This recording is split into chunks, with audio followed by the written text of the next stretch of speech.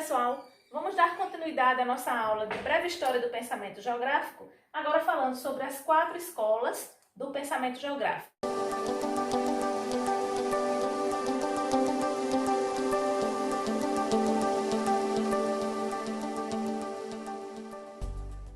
Então venham comigo. Nós vamos falar primeiro do determinismo geográfico. Essa corrente, ela dizia o seguinte, que uma nação, para ser desenvolvida ou não, ia ter que se observar o meio natural desta nação. Por exemplo, dizia o seguinte, as nações que vivem ali nas zonas temperadas do globo, por conta do clima ser mais frio, elas seriam mais desenvolvidas, eles seriam mais ativos. Já as sociedades que ficam ali entre os trópicos, por ter um clima mais quente, seriam nações menos desenvolvidas. Então essa corrente recebe esse nome de determinismo geográfico, porque quer dizer isso. Seria o meio que determinaria como seria essa sociedade. O principal expoente dessa corrente do pensamento é Friedrich Ratzel, um geógrafo alemão. Então ela é uma escola de geografia da Alemanha. Friedrich Ratzel ele desenvolveu o conceito de espaço vital. Segundo ele, quanto maior o território que uma nação pudesse agregar, maior seria a quantidade de recursos naturais proporcionalmente à sua população. Então, ele deu base aí para o expansionismo alemão, o expansionismo europeu e especialmente o expansionismo alemão, lá do Hitler, né? Ele ganhou base aqui com essa teoria criada pelo geógrafo Friedrich Ratzel, da escola de pensamento geográfico chamada determinismo geográfico. Isso ocorreu lá por meados do século XIX. Já no final do século XIX, início do século XX, nós vamos ter uma outra corrente do pensamento geográfico chamada possibilismo ou geografia regional. Ela surge na França e seu principal expoente é o geógrafo Paul Vidal-de-Lablache. Para Lablache e para a escola possibilista, não seria o meio quem determinaria o homem, ou seja, a sociedade, mas sim o homem acharia possibilidades de desenvolvimento a partir do meio. Ele faz ali um conceito de gêneros de vida e diz que essas nações elas devem ser estudadas a partir de espaços menores, que ele chamou de regiões. E cada região deveria ser delimitada segundo os seus gêneros de vida. Entre eles, deveria haver uma homogeneidade de características, como, por exemplo, processo histórico daquela sociedade, os costumes e os hábitos daquela sociedade, as tecnologias disponíveis. Isso ia dividir essa nação em territórios menores, dos quais seriam chamados de regiões. Essa é a escola possibilista, também tradicional, da geografia tradicional, que vem fazer oposição aqui ao determinismo alemão. Veja que cada escola ela vem servir a classe dominante, ela vem servir ao seu país.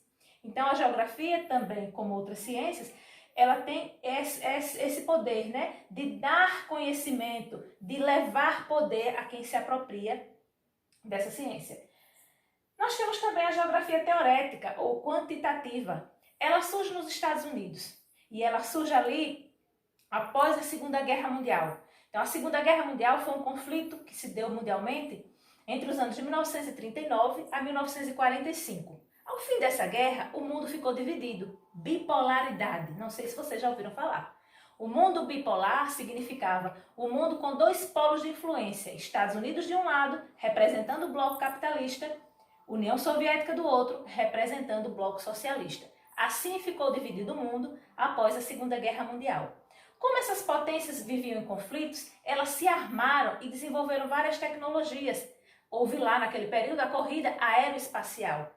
E a geografia teorética ela vem se apropriar de todo esse arsenal de tecnologias, como por exemplo o computador, para desenvolver aqui dados estatísticos, tabulações matemáticas que representassem dados, fenômenos tanto naturais quanto sociais.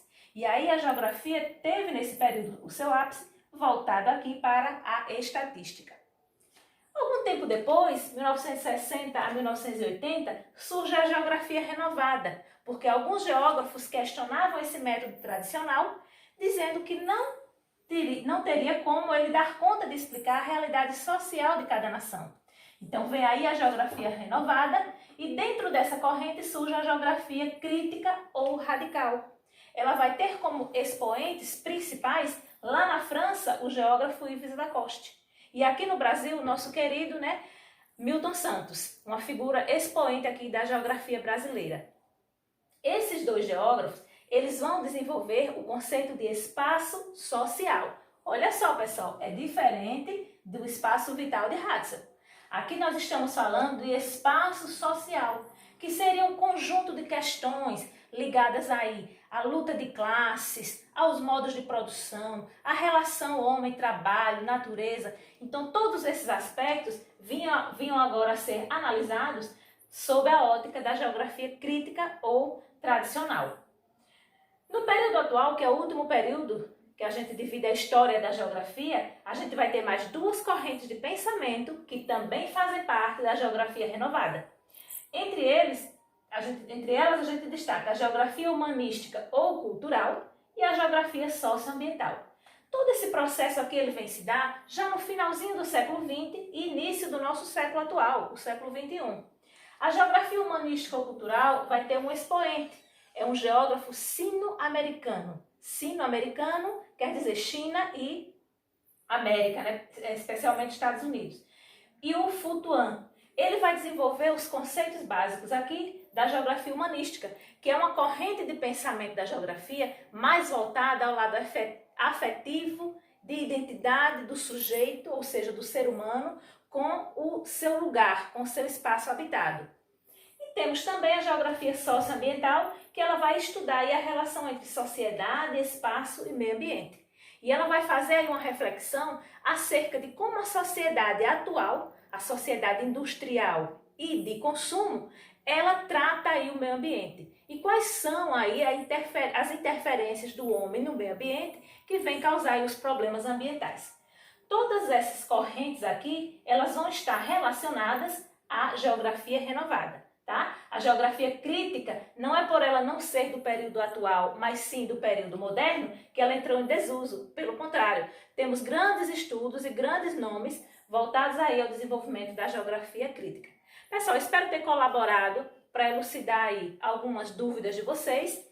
Vou enviar a atividade lá no grupo, vocês respondem baseado na videoaula e as dúvidas a gente tira lá pelo grupo.